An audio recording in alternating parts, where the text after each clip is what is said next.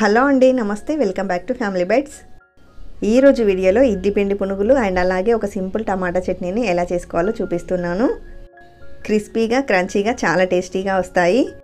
Morning టైంలో బ్రేక్ఫాస్ట్గా కానీ లేదా ఈవినింగ్ టైంలో స్నాక్గా కానీ సింపుల్గా ఈజీగా అయిపోయే రెసిపీ ఇది. ఎక్కువ ఇంగ్రీడియంట్స్తో పని లేదు, చాలా సింపుల్ ఇంగ్రీడియంట్స్తోనే ఈ రెసిపీని అయితే తయారు చేసుకోవచ్చు. మరి టేస్టీ ఇడ్లీ పిండి పునుగులు అండ్ అలాగే ఈజీ టమాటా చట్నీని ఎలా ప్రిపేర్ చేసుకోవాలో చూసేద్దాం. ఫస్ట్ టమాటా చట్నీని ఎలా ప్రిపేర్ చేసుకోవాలో చూద్దాము. ముందుగా స్టవ్ మీద ప్యాన్ పెట్టుకొని 1/2 టేబుల్ స్పూన్ దాకా ఆయిల్ని వేసుకోండి. ఇందులోకి 1 టీ స్పూన్ దాకా మినపప్పును వేసుకోండి. కారానికి తగ్గట్టుగా 3-4 పచ్చిమిర్చిని వేసుకొని ఫ్రై చేసుకుందాము. ఇవి కొంచెం ఫ్రై అయ్యాక ఇందులోకి 3 టమాటాలను పెద్ద ముక్కలుగా కట్ చేసి వేసుకోండి. ఇందులోనే చిన్న ముక్క చింతపండుని కడిగి వేసుకోండి. 1/2 టీ స్పూన్ జీలకర్ర, 6-7 వెల్లుల్లిని పైన పొట్టు తీసేసి వేసుకోండి.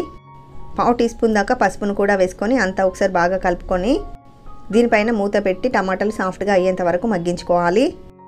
చూడండి, మనకి టమాటాలు ఇలా సాఫ్ట్గా మగ్గిన తర్వాత స్టవ్ ఆఫ్ చేసేసి పూర్తిగా చల్లారేంత వరకు పక్కన పెట్టేసేయండి. పూర్తిగా చల్లారిన తర్వాత మిక్సీ జార్లోకి వేసుకుందాము. ఇందులోకి రుచికి సరిపడా ఉప్పును కూడా వేసుకొని మెత్తగా గ్రైండ్ చేసుకోండి. ఇందులోకి మనం నీళ్ళు వేయాల్సిన అవసరం లేదు, టమాటాలో ఉండే వాటరే మనకి కన్సిస్టెన్సీకి కరెక్ట్గా సరిపోతుంది. ఇప్పుడు ఈ చట్నీలోకి ఆవాలు, జీలకర్ర, కొద్దిగా కరివేపాకు వేసి తాలింపు పెట్టేసి తాలింపుని పచ్చట్లో వేసుకొని కలుపుకుంటే జస్ట్ 5 నిమిషాల్లో టమాటా చట్నీ అయితే రెడీ అయిపోతుంది.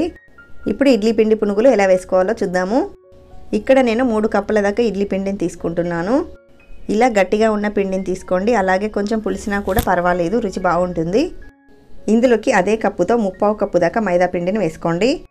అలాగే 1 టీ స్పూన్ దాకా బియ్యం పిండిని వేసుకోండి. ఇందులోనే 1 టీ స్పూన్ దాకా జీలకర్ర, 1 ఉల్లిపాయను ఇలా చిన్న ముక్కలుగా కట్ చేసి వేసుకోండి. 2 పచ్చిమిర్చిని ఇలా చిన్నగా కట్ చేసి వేసుకోండి.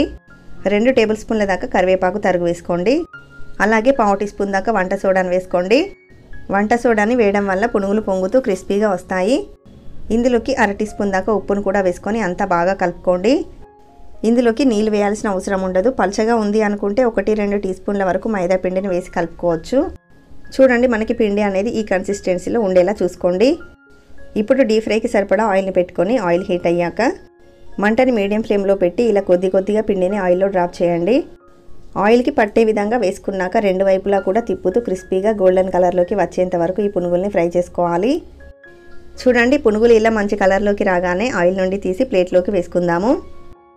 ఇదే విధంగా పిండి మొత్తాన్ని కూడా వేయించుకుంటే టేస్టీగా అప్పటికప్పుడు ఇడ్లీ పిండితో ఇలా పునుగుల్ని తయారు చేసేసుకోవచ్చు. సో అంతేనండి, ఈ ఇడ్లీ పిండి పునుగులు విత్ టమాటా చట్నీని మీరు కూడా ఈ విధంగా ఒకసారి ఇంట్లో ట్రై చేసి చూడండి. ట్రై చేశాక మీకు ఎలా కుదిరాయి అనేది కింద కామెంట్ సెక్షన్లో నాతో షేర్ చేసుకోండి. ఈ సింపుల్ అండ్ టేస్టీ రెసిపీ మీకు నచ్చితే వీడియోని లైక్ చేయండి, షేర్ చేయండి. మరిన్ని టేస్టీ రెసిపీస్ కోసం ఛానల్ని సబ్స్క్రైబ్ చేసుకోండి. Thank you for watching.